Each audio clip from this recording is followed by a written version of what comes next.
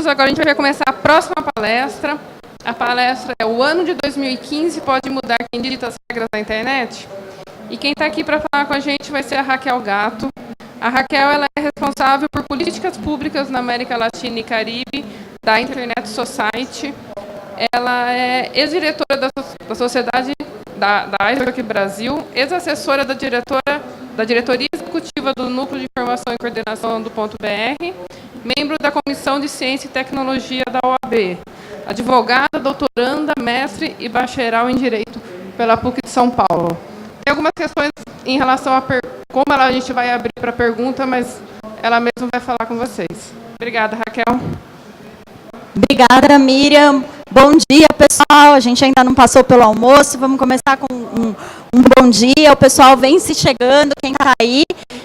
Entender um pouquinho do que vem acontecendo no mundo, do que vai acontecer esse ano, que a gente pode participar e mudar as regras da internet ou defender, né, que a internet continue. Eu gostaria primeiro de agradecer aos colegas do NIC-BR pelo convite, pela oportunidade. Como sempre, esse palco é muito interessante. Nós vimos aqui há pouco, né, sobre a internet das coisas e a segurança. Eu vou começar com uma historinha. Isso aqui eu comecei a bolar ontem à noite e vou usar com vocês a ideia da gente aproximar. Os temas de políticas públicas muitas vezes ficam abstratos, né? É difícil entender, mas como entra o governo, o que eu tenho a ver? Eu sou um simples usuário, eu sou um empreendedor. Então eu vou tentar aqui trazer para vocês através de um personagem que vocês vão conhecer, uma personagem que vai ser muito interessante. E depois eu volto para a apresentação do ecossistema da internet, ou seja, como os diversos mecanismos de governança da internet se relacionam e ditam as regras. Muito bem. Só um ponto com relação às questões que a Miriam mencionou. Nessa área de governança da internet, a gente tem muito acrônimo, né? Muita sigla que é usada. E por mais que eu tente evitar, vai sair algum e que de repente eu não expliquei. Se acontecer, pessoal, levanta a mão, não entendi, essa parte ficou complicada, advogado tem um problema, quando começa a falar, não para, né? Então, assim, interrompam, não tem problema, a gente volta e é legal que vocês entendam, esse é o objetivo aqui hoje. E depois nós teremos 20 minutos de perguntas ao final, que vai ser, eu quero escutar também de vocês quais são as preocupações, o que a gente pode discutir. Muito bem, então vamos começar aqui. Para quem não conhece, esse é o vídeo Scribes, a palestra, né, 2015, o ano que pode mudar quem dita as regras na internet. A gente vai entender quem são os heróis nessa história, quem são, digamos, os ninjas, ou aqueles que podem mudar essa história, né, quais são os problemas e os desafios que a gente tem que enfrentar. E eu deixo aqui o meu e-mail para contato. Bom, ultimamente eu tenho viajado muito a trabalho, então eu estou com a síndrome da aeromoça. A síndrome da aeromoça é começar com essas regrinhas que eu acabei de passar, né? Bem-vindos à palestra, senhoras e senhores, bem-vindos ao voo. O voo de 2015. E a gente vai começar com essa personagem. Eu queria apresentar para vocês o Godofredo Belel. É isso mesmo, olha que nome legal, né? Não deve ter trauma de infância nenhum.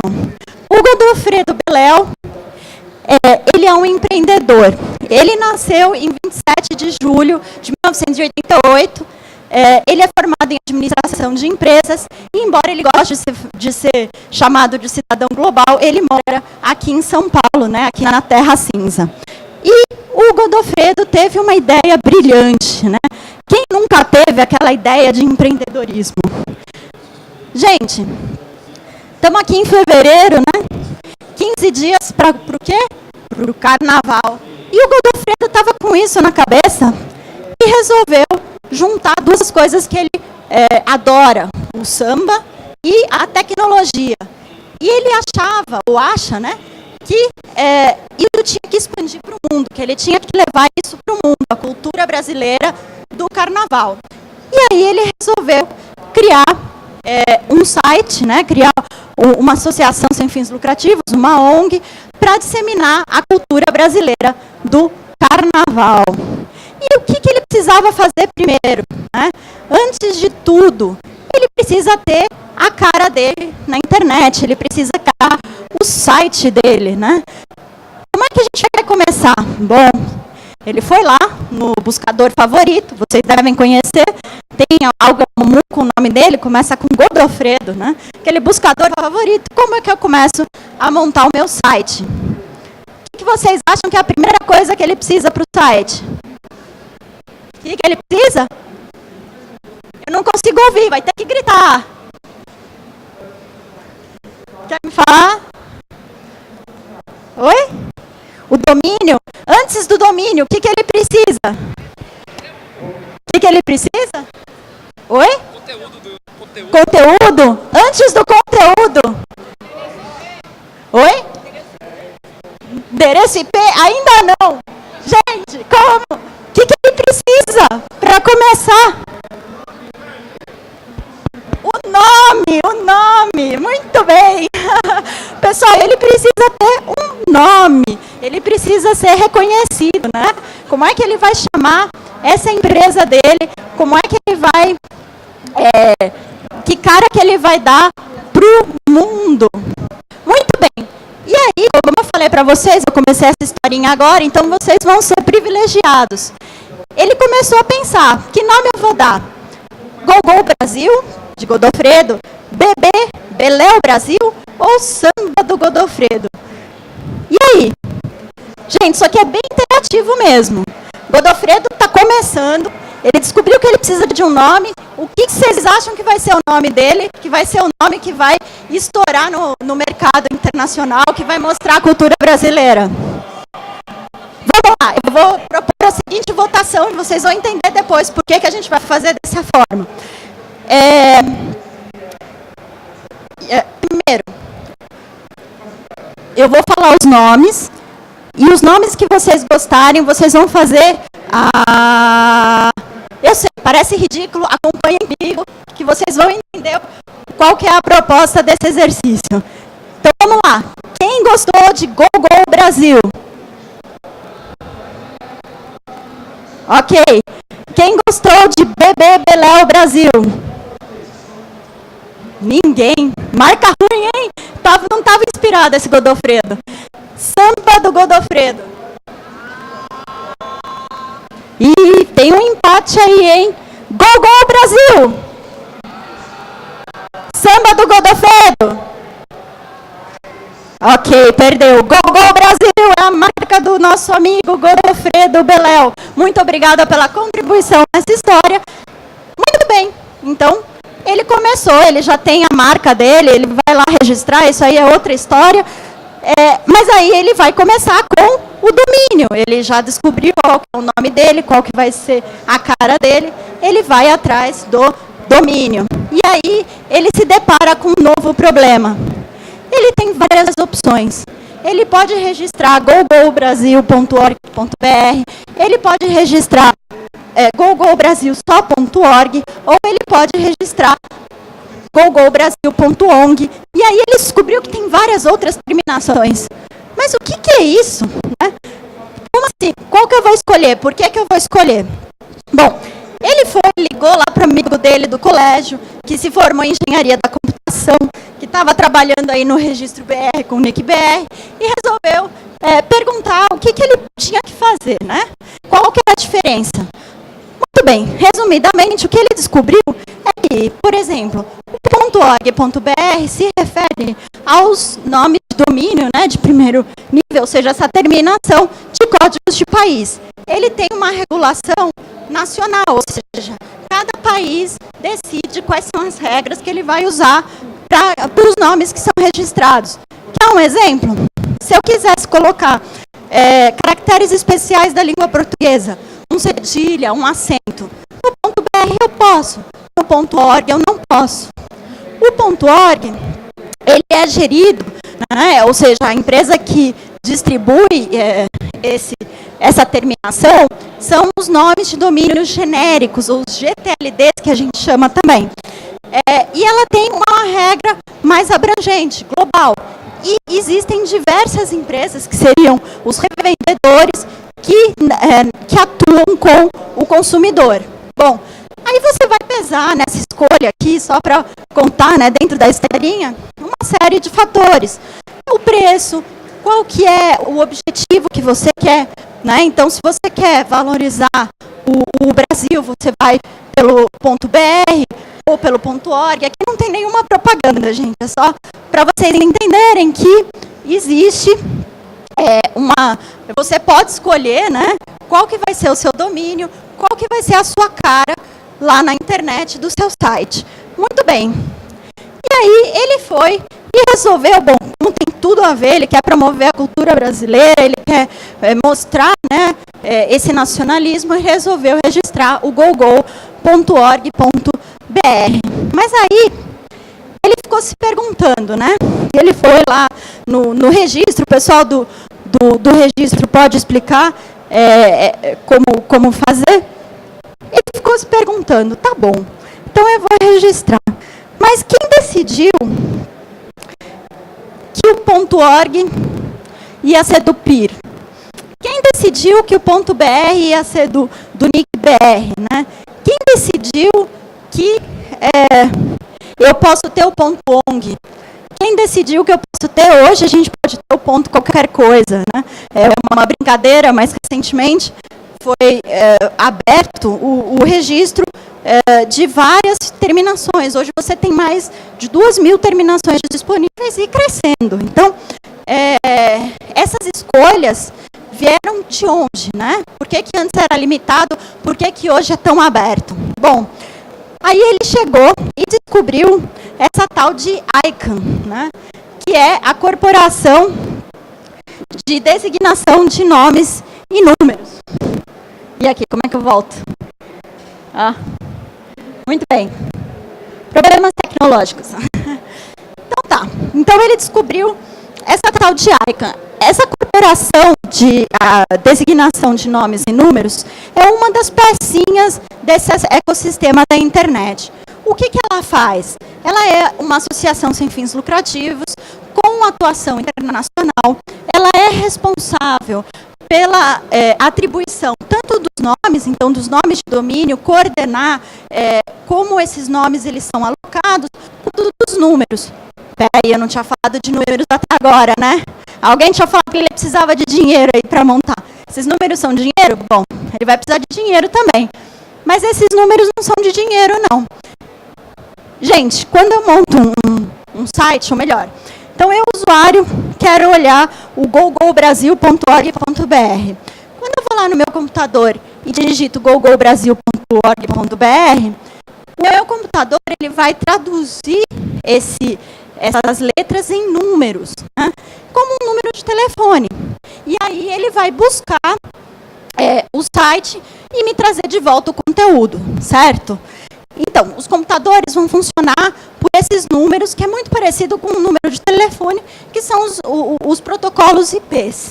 Né? Hoje a gente tem um problema, eu abro aqui um parênteses, que, digamos, a combinação de números que a gente vinha trabalhando já se esgotou no que seria o central, né? E está se esgotando aos poucos nas regiões e nos países.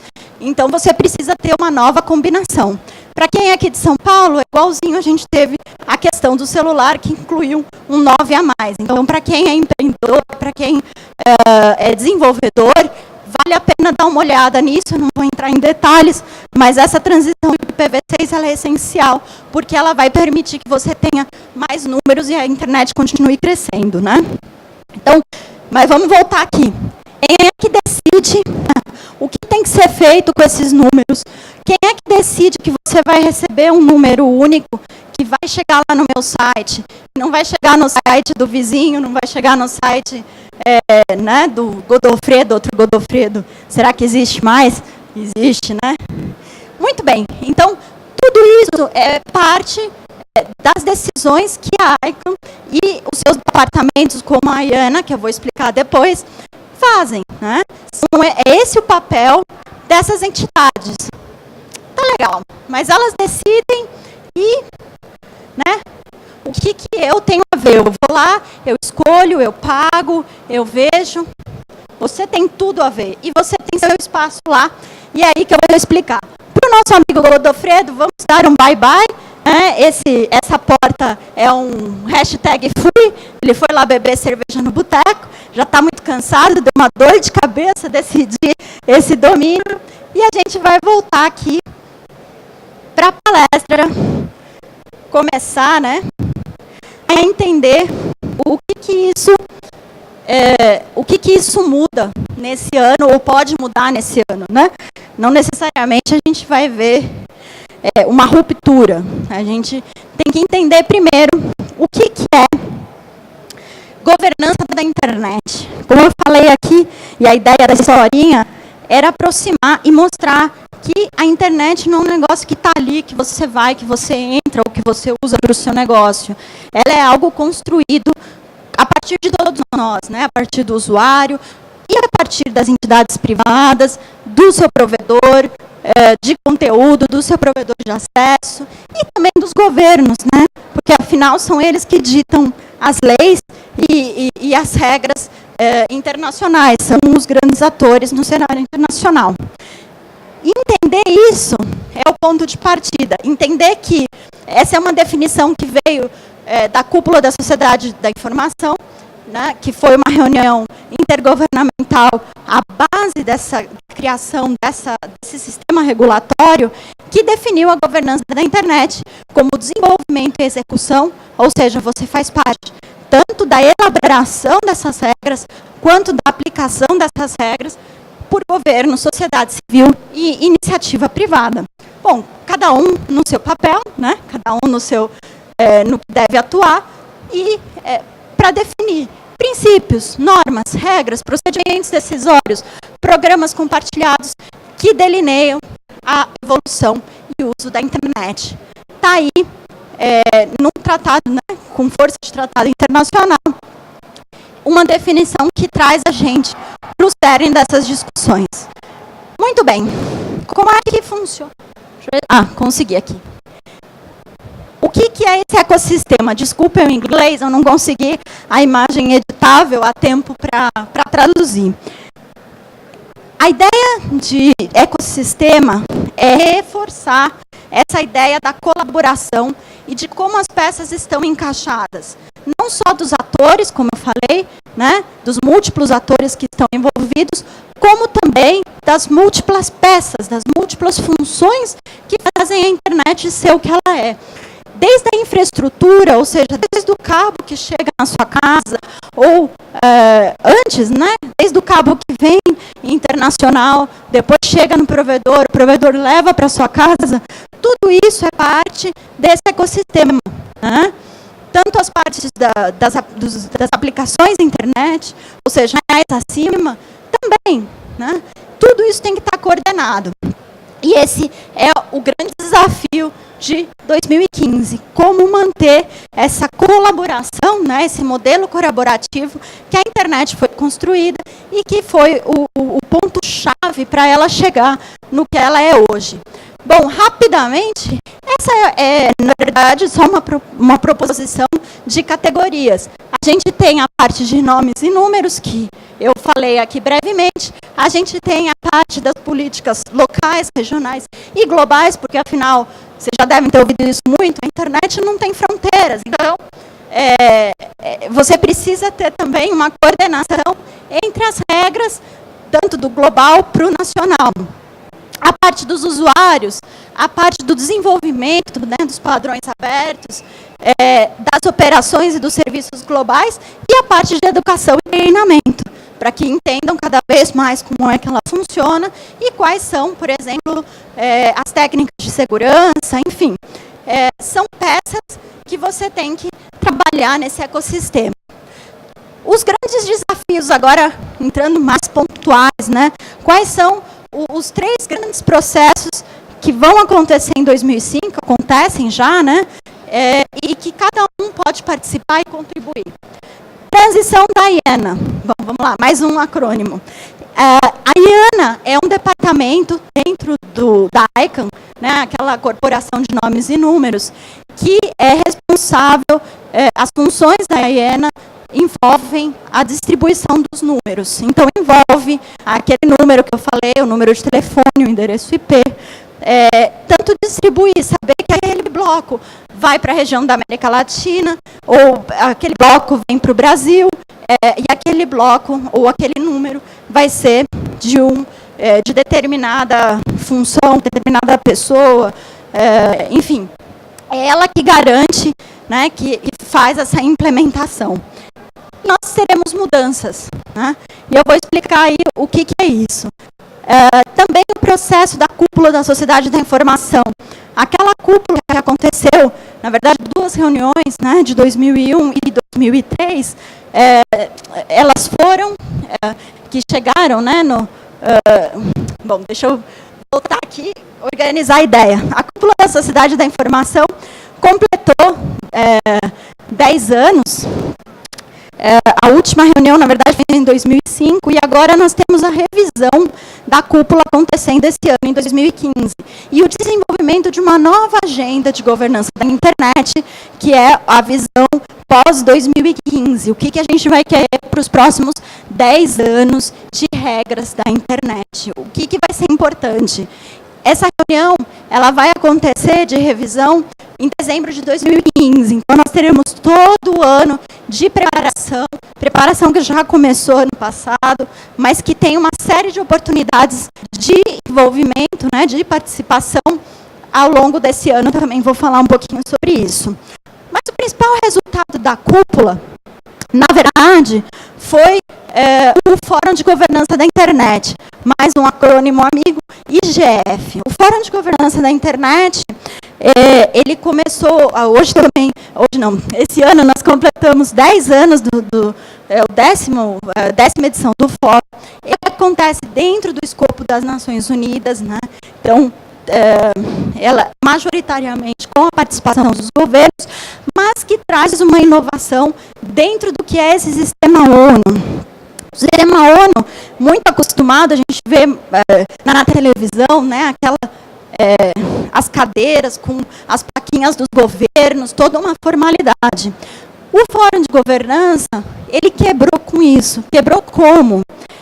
Ele permitiu que tanto o governo, sociedade civil, qualquer usuário, quanto as empresas pudessem participar no mesmo pé de igualdade. Então, eu estou aqui, eu peço o microfone, eu estou sentada ao lado de um representante chinês, por exemplo, né? Ou do governo chinês, ou qualquer que vocês queiram, dos russos, enfim. Você tem essa equiparação dos participantes. E isso é muito importante, porque quebrou, né, com o que era o paradigma da participação da decisão pelos governos e depois a aplicação, os usuários teriam que se adequar.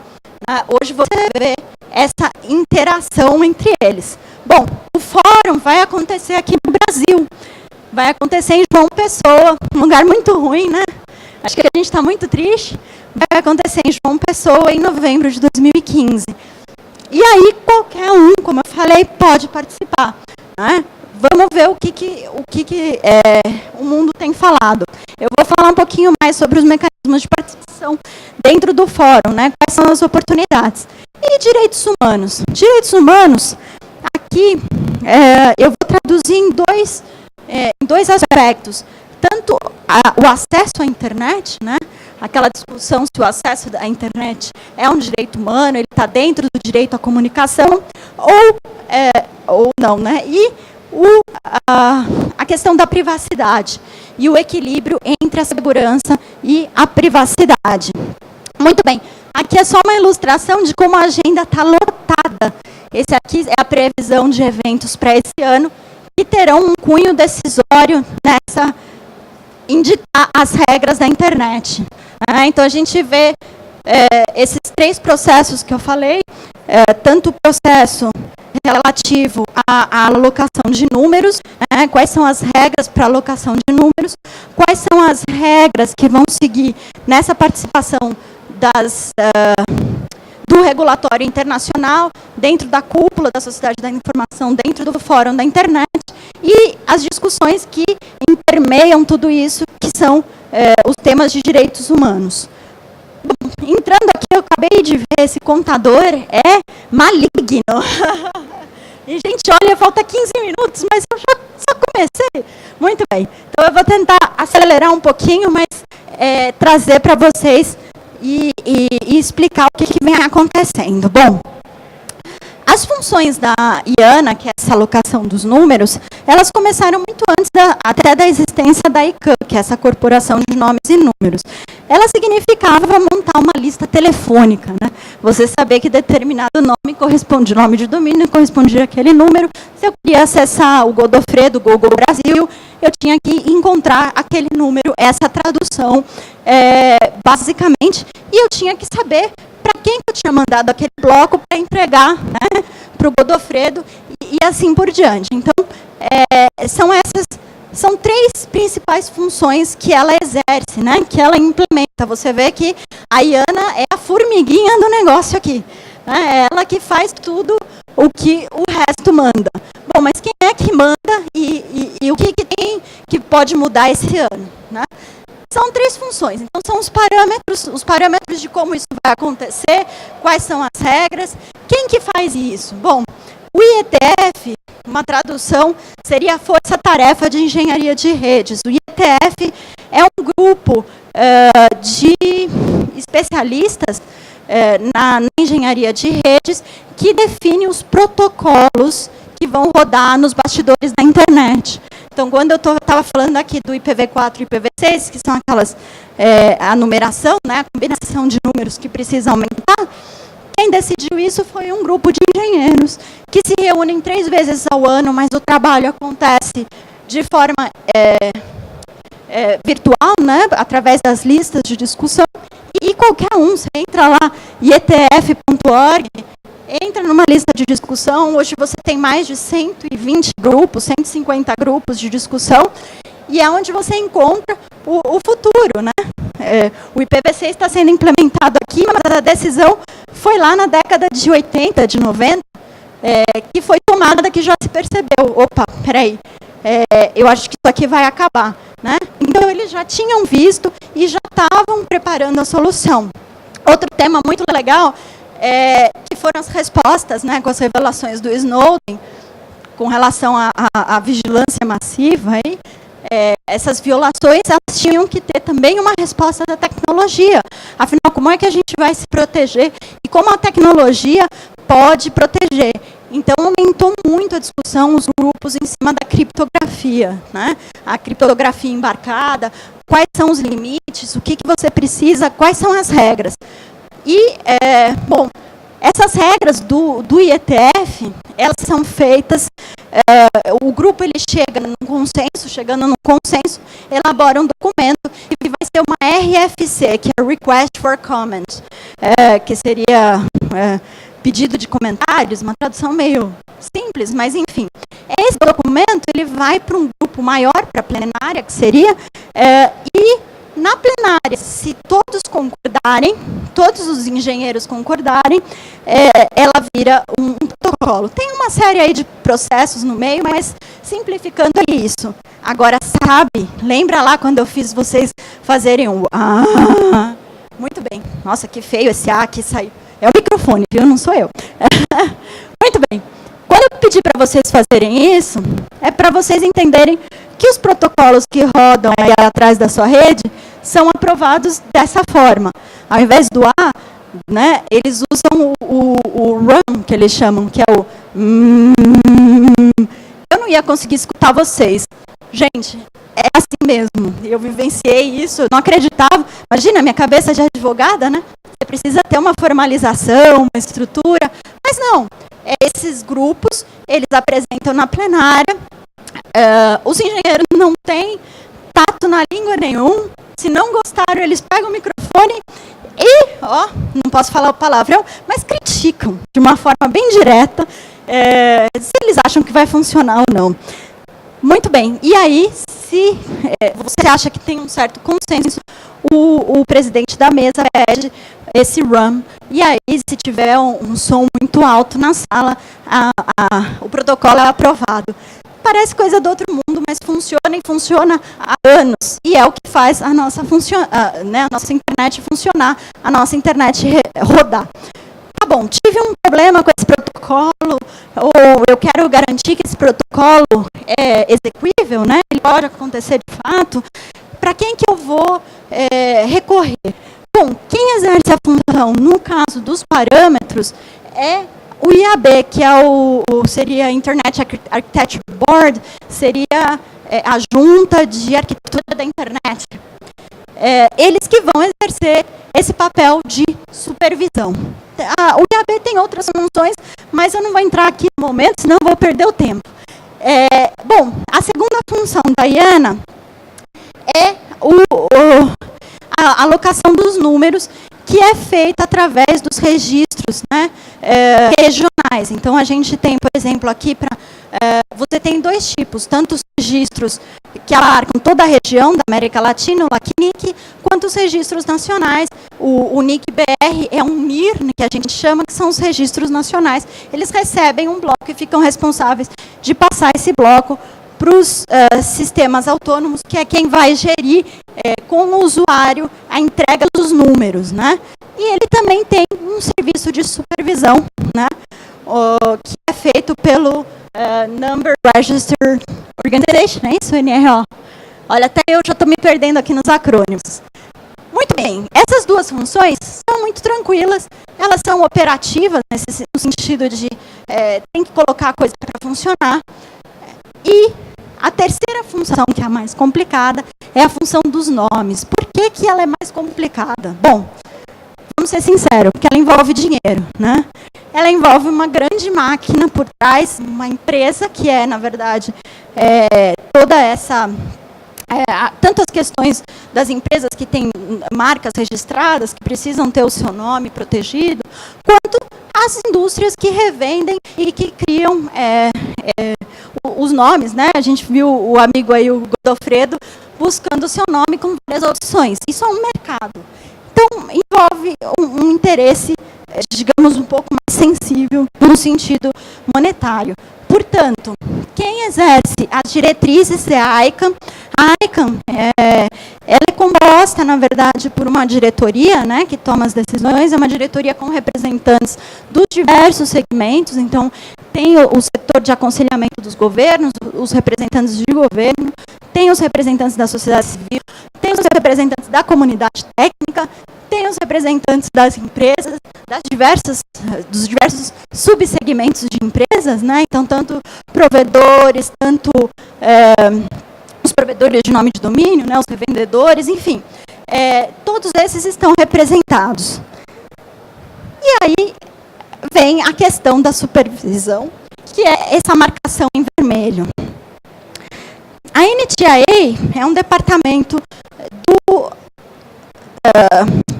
do governo norte-americano, né? Portanto, é o governo dos Estados Unidos que faz a supervisão da ICANN e a supervisão de todas as funções, na verdade, em última instância, das funções da IANA, né? E isso é o que vem mudar. Bom, eu falei um pouquinho, as revelações do Snowden, na verdade, aceleraram um processo que já vinha encaminhado, né, que já teria que acontecer. Hoje em dia, não dá para falar em um governo só, né, por mais que tenha razões históricas, por mais que, enfim, a internet nasceu nos Estados Unidos, teve um grande investimento dos Estados Unidos, a maior parte, ou muitas grandes empresas, vamos colocar dessa forma, estão localizadas, né, nos Estados Unidos, mas hoje você não tem uma razão tão forte para que um único governo tenha esse poder de supervisão. Eu não estou julgando aqui o mérito, se eles estão exercendo esse poder né, abusivamente ou não. Eu acho que nós tivemos alguns exemplos em que, mesmo que eles tinham uma posição contrária a uma decisão que a comunidade tomou dentro da ICANN, eles aplicaram, mesmo que eles fossem contra, eles aplicaram ou permitiram a aplicação. Então, assim, o histórico está bom, mas está na hora de mudar. E eles viram isso, tiveram uma pressão da comunidade e emitiram, no ano passado, em março do ano passado, digamos, uma carta de intenção de renúncia. Então, eles falaram, olha, a gente está pronto para sair de cena, mas a gente quer que a comunidade apresente um modelo de como vai ser feita essa supervisão das funções da IANA. E esse modelo ele tem que ser multi-stakeholder, que é múltiplos atores envolvidos, ele tem que ser bottom-up, ou seja, né, participativo, colaborativo, com a participação da comunidade. E o meu prazo para renovar esse contrato é setembro de 2015.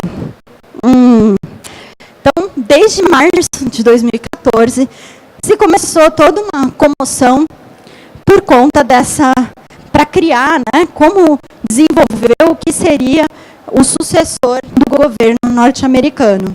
Não pode ser só um governo, não pode ser só governos, não pode ser só um segmento, né? A gente tem que bolar algo que não prejudique a internet, que não deixe ela parar de evoluir ou até parar de funcionar, né? Vai saber que loucura vem. E tem que criar algo que todos possam participar. Bom, o processo está um pouquinho travado exatamente naquela última parte que eu falei. A comunidade de parâmetros já apresentou a sua proposta, a comunidade de números já apresentou sua proposta, basicamente mantendo o status quo. A comunidade de nomes está numa briga ferrenha e, muito provavelmente, não vai apresentar a proposta em tempo hábil, né? Mas e aí, o que vai acontecer, né? O que a gente pode esperar? A ideia é que no próximo mês, ou até o próximo mês, a gente tenha pelo menos um esboço de uma proposta da comunidade de nomes também. E aí, essas 3 propostas vão ser combinadas, né? Feito o documento final, que vai ser aberto para consulta pública. Consulta pública mesmo, ele vai ser colocado para que todos leiam, entendam esse histórico e comentem qual seria o impacto, né, e as consequências do novo modelo de gestão ou de supervisão das funções IANA, das funções de alocação de números e um tantinho mais lá que ela faz. Então, esse é o primeiro alerta, né, ficarem atentos. Muito provavelmente, e não tem problema, esse contrato ele vence em setembro de 2015 do governo americano, mas ele pode ser renovado por mais 2 anos. Hoje já se está trabalhando com essa ideia de que vai ser um pouco inevitável para dar tempo de que haja uma consulta pública, para que haja tempo de que todos assimilem, participem e a gente garanta um processo sólido, você muito provavelmente vai acabar entendendo isso. Mas as discussões que nós teremos esse ano serão cruciais. Ok? Deu para entender tudo isso aqui? Legal. Então tá bom. Vamos lá. Deixa o tempo para variar corre, né? Bom, como eu falei, os processos da cúpula e do Fórum de Governança da Internet. Aqui a gente entrou um pouquinho menos na parte tecnológica, na parte técnica, e vai entrar um pouquinho mais na parte de políticas públicas, né?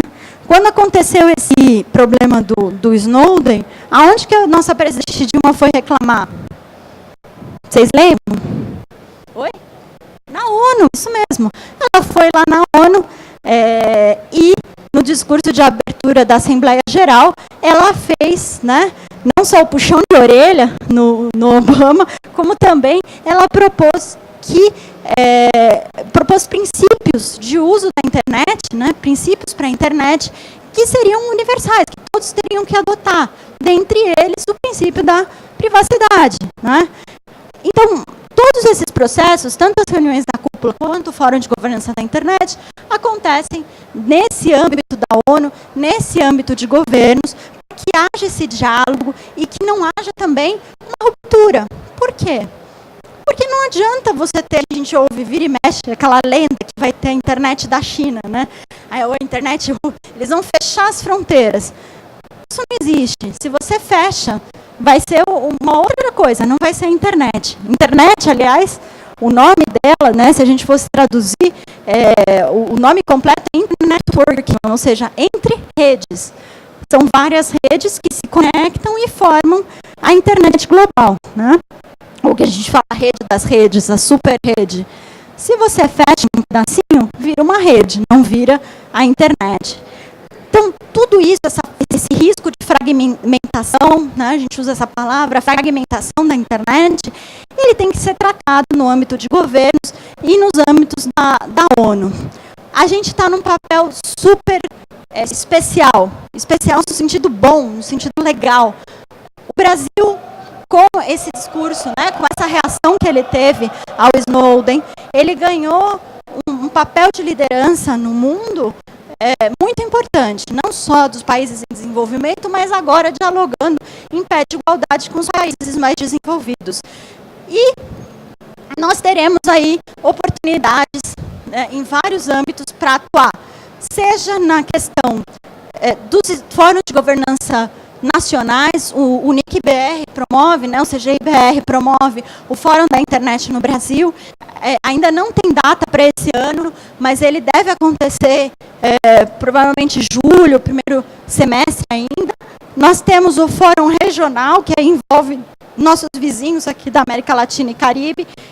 Ele já está previsto para agosto de 2015 no México. E o Fórum Global, então vem representantes do mundo inteiro, dos diversos segmentos, dos diversos setores, de 10 a 14 de novembro, em João Pessoa, lá no nosso Nordeste brasileiro. Né? Esses fóruns, eles são abertos, fora o problema do México, né, a passagem lá de João Pessoa. Tem alguém aqui de João Pessoa, lá no Nordeste? Então tá, você vai estar lá, né? Anotou? Então tá bom. Então é importante participar, é importante mostrar quanto que isso afeta. Eu queria contar aqui, eu não vou citar nomes, mas enfim, a gente conheceu uma bolsista do NIC-BR, que é uma professora no Sul, e ela trabalha com a questão do uso das ferramentas, né, da tecnologia nos processos educativos. E ela entrou nessas listas, entrou nas listas internacionais do IGF e começou a defender, né, que seja debatido dentre os temas, porque agora, nesse momento, o que vem sendo discutido são quais temas vão ser tratados no IGF de novembro. É exatamente esse o momento de, se você tem um tema que você não vê nessa lista, é o momento de você colocar. E ela entrou e começou a defender, enfim, e ela conseguiu, né? Ele entrou como subtema, né, dentro de acessibilidade, de acesso à internet, enfim, mas entrou numa lista oficial de discussão. Então, qualquer um, de verdade, parece até ficar repetindo isso, pode entrar e participar e defender a sua voz, né, o seu problema. Nosso amigo Godofredo podia defender aí uma simplificação, não sei. Bom, as questões de direitos humanos, muito rapidamente eu vou abordar aqui.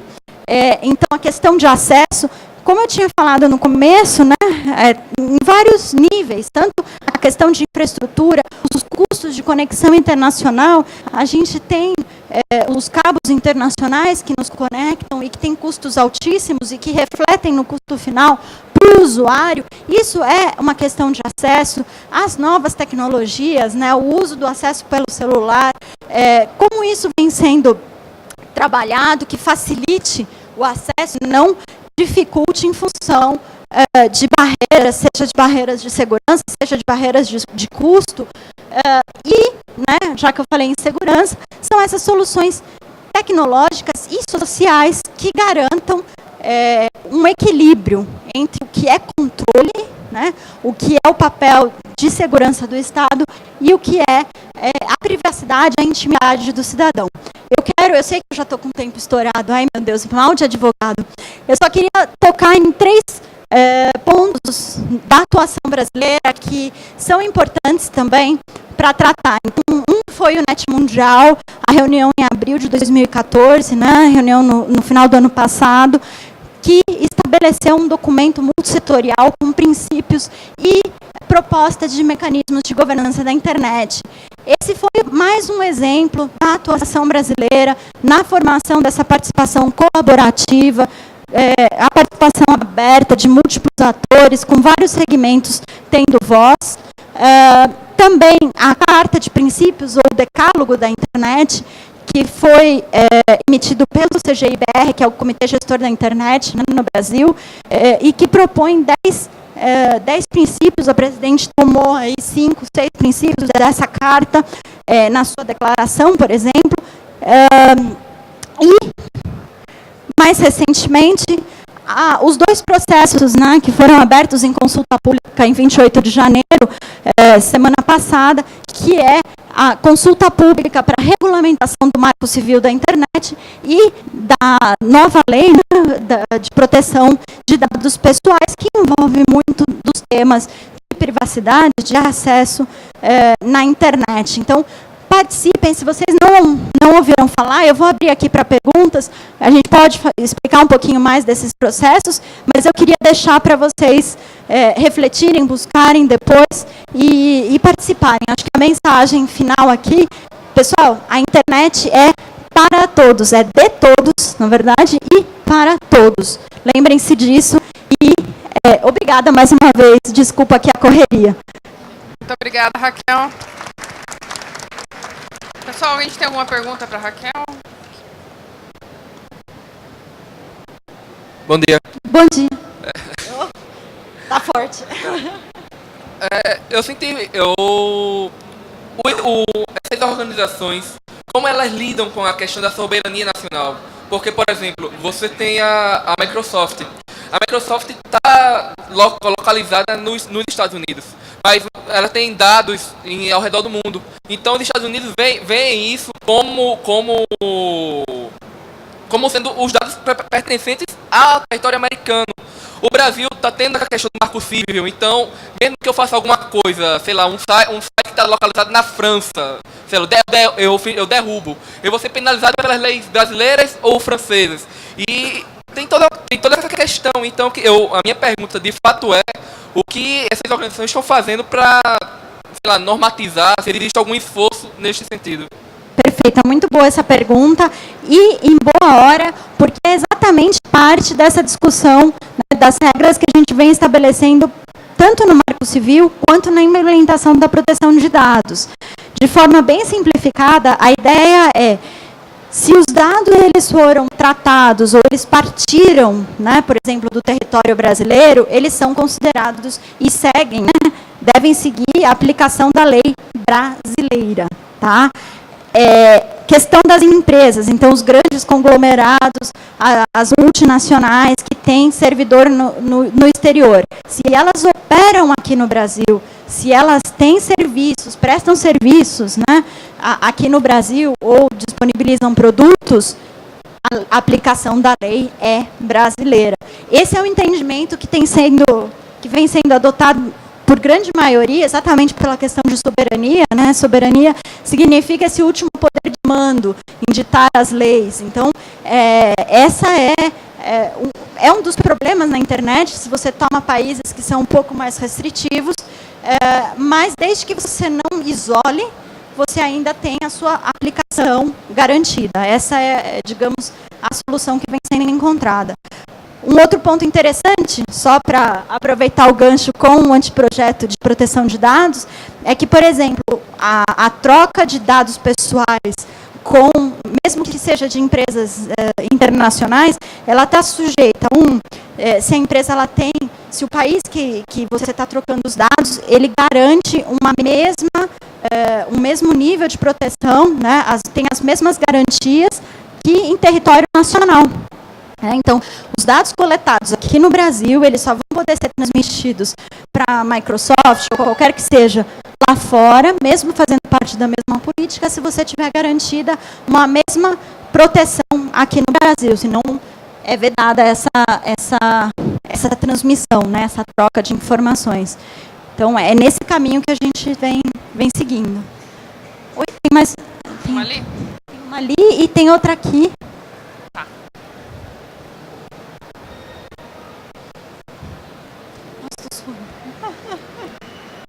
Eu também me movi muito. Olá. O seguinte, após, salvo engano, eu acredito que foi o Bill Clinton, ele fez um projeto de lei que foi aprovado pelo Senado norte-americano, que as empresas de tecnologia e telecomunicações tinham que armazenar os dados e manter esses dados não sigilosos para o governo americano analisar. Aí, aproveitando o gancho do colega, vamos dizer que, igual, hoje eu posso hospedar o meu site em servidores que sejam de outro país. Então, eu utilizo, a maioria igual assim, quem quer publicar conteúdo na internet que vai contra as leis brasileiras, geralmente faz isso, publica o seu site em servidores internacionais. Mas, vamos dizer assim, eu tenho uma empresa ou um site comum na web e eu transmito ou faço algum tipo de transação de dados ou metadados com, vamos dizer, a Microsoft. Ela está sob a soberania dos Estados Unidos e lá a lei obriga ela a passar esses dados para o governo. Se esses dados, vamos dizer, revelam alguma coisa sobre a minha empresa, no meu país, vamos dizer, no Brasil, se torna crime, mas nos Estados Unidos é obrigatório. Como que nós resolveríamos isso, sendo que são leis diferentes? Tá, então eu vou responder em duas partes a tua pergunta. Primeiro, eu não conheço exatamente essa lei, mas em geral, eu captei da sua pergunta. Que é a localização dos dados, né, ou guardar os dados em território nacional. Essa foi uma discussão que a gente teve ao longo da aprovação do Marco Civil, que foi muito debatida, né, de novo, com esse problema da vigilância massiva dos Estados Unidos, surgiu a sugestão, né, de inclusão dentro do Marco Civil de que todos os dados de brasileiros eles teriam que ser guardados em servidores nacionais. Isso trouxe um problema, digamos, até de eficácia, porque não necessariamente nós temos infraestrutura para comportar servidores, né, seriam mega servidores, que a gente não tem essa infraestrutura ainda para comportar o armazenamento de dados locais. Então, você inviabilizaria alguns negócios, né, e principalmente novos negócios, startups, enfim, você aumentaria muito o custo e as barreiras tecnológicas de entrada, as barreiras técnicas para a entrada de empresas. Então, isso foi, de certa forma, afastado. Você ainda tem essa proteção que eu acabei de mencionar, que é o fato de que se o tratamento, né, a coleta, o tratamento, ele é feito num mesmo, com os mesmos parâmetros e garantias de que a nossa legislação propõe, esse intercâmbio ele é autorizado. Então, no caso, o que poderia acontecer, e aqui eu já estou entrando no mundo de hipóteses, é que seria vedada essa transferência. Tá?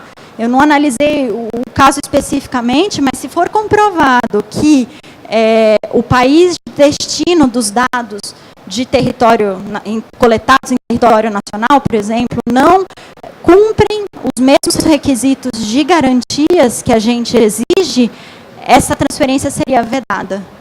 E se ela acontecesse, seria... então, sim, você cria novamente um novo cenário de como você trabalha essa relação internacional e a viabilidade do negócio, né? Como é que você vai viabilizar o seu negócio? Bom, os Estados Unidos, eles melhoraram algumas dessas regras de proteção. Eu acho que a gente está nesse momento novamente de equilíbrio, né? Deixa eu trazer um outro caso. Eu sei que tem mais uma pergunta. A gente tem tempo? Tem? Tá bom. Eu só quero mencionar, porque isso é interessante nessa relação de equilíbrio, né?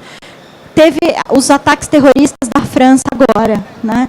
E aí a gente ouviu os governos sugerindo que abolissem técnicas de criptografia, por exemplo, porque elas dificultam a investigação dos terroristas. Isso assim, tá bom, tem 7 minutos. É inviável, né?